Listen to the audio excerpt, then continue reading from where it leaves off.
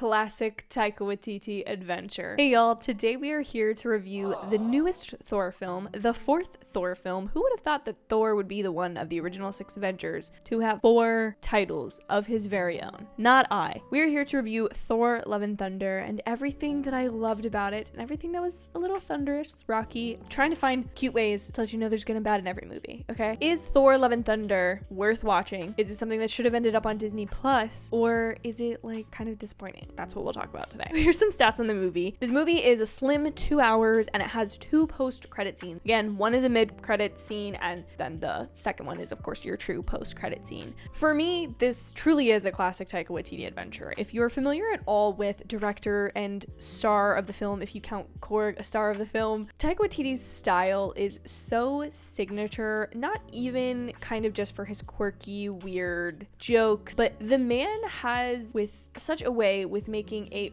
really kind of heartbreakingly beautiful but really wacky film, and that's exactly what he does in Thor Love and Thunder. He has this way about making this really funny, wacky movie, and then he will just gut punch you with the most heartbreaking of scenes, the most heartbreaking and serious thematic elements. Anyone who's seen Jojo Rabbit knows exactly what I'm talking about. A man who can make fun of and play Hitler on screen while making a film about a son and his love for his mother and kind of just love for other people. Like, the man is an artist in a purest sense of the world. I also feel, without giving anything away, this is just sort of, I follow Taika, I'm a big fan of his on Instagram and stuff. This feels like a giant love letter to his daughters, that being like his artistic drive going into this movie. While yes, it's a movie about Thor and it's a wacky space adventure, there's a couple of plots that to me feel like this was like a way for him to show his daughters, like, I want you to have everything in the world and more. And I don't know, that's just very heartwarming.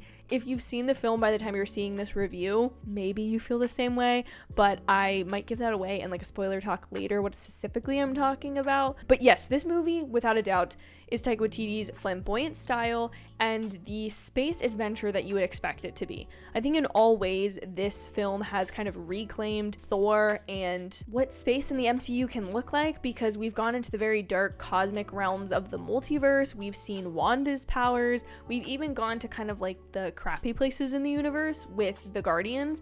And this film just kind of runs the gamut of all of those things in a really, really fun, enjoyable way, and I really loved it. And part of why I loved that was not only because, of course, we've got all our lovable characters back. We've got Thor, we've got King Valkyrie, we've got Mighty Thor as an introduction in this film, but most importantly, this film kind of has like grounding to it as well as like a ceiling. Like in economics, you talk about a floor and a ceiling, and this film has that in 2 specific characters. Your grounding of the film ironically comes from Mighty Thor and Jane, and you see how she becomes Mighty Thor and what kind of is the storyline there, because none of that was really given away in trailers, and that to me gives this film more of an in. If you're not so interested in if you're not as into the Flash Gordon Adventures of the Universe type vibe with this, I think Jane's storyline in this film really kind of gives you something to grasp onto. And so does Gore in kind of the opposite way. He also has a great story, backstory, origin situation going on that you really get to dive into in this movie, and I think really makes him one of the most compelling villains that we've seen in all of Marvel. Gore to me is a phenomenal villain because you get to kind of question your own beliefs about what's going on in the MCU and specifically within Thor's world from Gore's perspective, and you see stuff that makes you kind of think maybe you agree with him, you probably don't, but like you could maybe see where he was coming from. And so his MO in this film, you get much more of a backstory than I was expecting at all. And that's something that I think, again, it kind of just hits you and you're like, wow, okay, there's added depth to other elements in the story because of what we know about him and his backstory and that sort of stuff. So getting to see him as a villain, really great. Christian Bale is absolutely phenomenal in the role. The way that they have lit certain scenes with him and done Gore's makeup really makes him at certain points look fully like a skeleton, which of course the character has like a very bald, kind of creepy skull-like face anyways, but there are a couple times where he is like in the shadows or comes out of the darkness, and you are just hit with this like bone-chilling feeling because he just looks so creepy. And I would go as far to argue that there are some spooky elements in this film specifically surrounding Gorr that to me were like more integral into the character than some of the horror elements used in Multiverse of Madness. It's not the same level, it's not the same even wacky weirdness, but there's something about Gorr that I just found really kind of grotesque and creepy while also kind of understanding where his character was coming from, and I think that made him a really fantastic antagonist. And I think he also serves as a really great antagonist to what Thor is trying to accomplish in this film, but there's kind of this heart to both of their stories that you feel like connects them and feels like they're going through. It's just really well written. We'll leave it at that so I don't get into spoilers. They're really well written and you find yourself very compelled by the characters, their stories, and what they're trying to accomplish in the film. I also really liked how this film furthered the gods within the MCU because of course we've had gods in Moon Knight. I feel like this film really did it in a way that to me wasn't like, oh, now there's these people who are way more powerful than the Avengers, these spiritual beings. I felt like it was done very naturally within this film and in the best way that I think it could have been, and therefore I actually really enjoyed the elements of these gods. There is one choice at the end of the film, which again, it's kind of a huge spoiler, and so I'm not going to tell you what it is. I will reveal it eventually, whether in a YouTube short or an Instagram reel or a full-length video. But there's one choice that this film makes at the very end that I don't think it's the worst choice, but it's something that I felt like was kind of unnecessary. Like the movie kind of accomplished what it needed to accomplish, and then they took it just one step further. And people might misconstrue this because there's kind of two things that happen at the end of the movie I could be talking about. I will clarify eventually. Didn't leave a bad taste in my mouth about the movie, didn't anything. It was just like one little thing. Again, this is why I hate doing non-spoiler things. My other thing, and again, I'm glad that they didn't go this direction. This one could be considered like a light spoiler.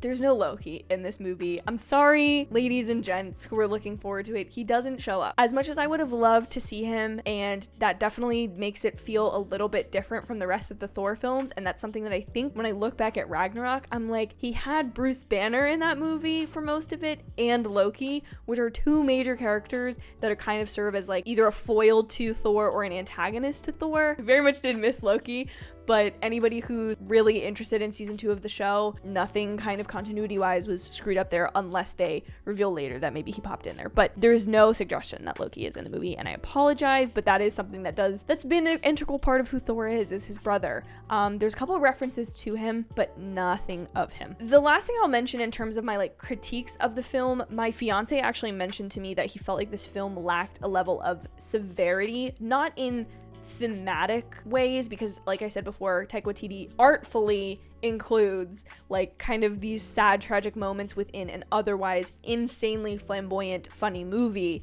but there is a lack of like in the greater scheme of the MCU what this actually affects. It feels kind of like by the end of this movie no other cogs have necessarily been set in motion that will affect other Avengers.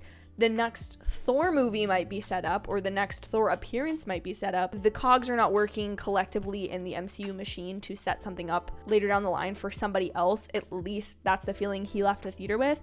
I would say this isn't something that's bad, but I think he felt like that's maybe one of the reasons that people felt like it was different than Ragnarok. Ragnarok has this kind of wild ending of Asgard is destroyed, let's move forward, whereas this film definitely has a little bit more of a neat and tied up on a bow and kind of finished product to it. Not that Thor's story is over. There's nothing that's like by the end of the film, regardless of post-credit scenes, that you're like, oh, this is the like next logical step for the next MCU movie, or they're setting up an Avengers or a Infinity War type thing, which I didn't expect, but that's just something I figured I would put out there because he mentioned it. I think overall, this film is really, really fun. It's a really great time, and I would highly recommend to anyone that maybe they're not super gung-ho on going to see this movie, that you go see it with friends or maybe like a younger sibling, family member, or a child, because I feel like this movie. Again, parents, make your own decisions about the film. It honestly, I feel like would be really enjoyable for like a family to go see, which is something that some of the Marvel movies more recently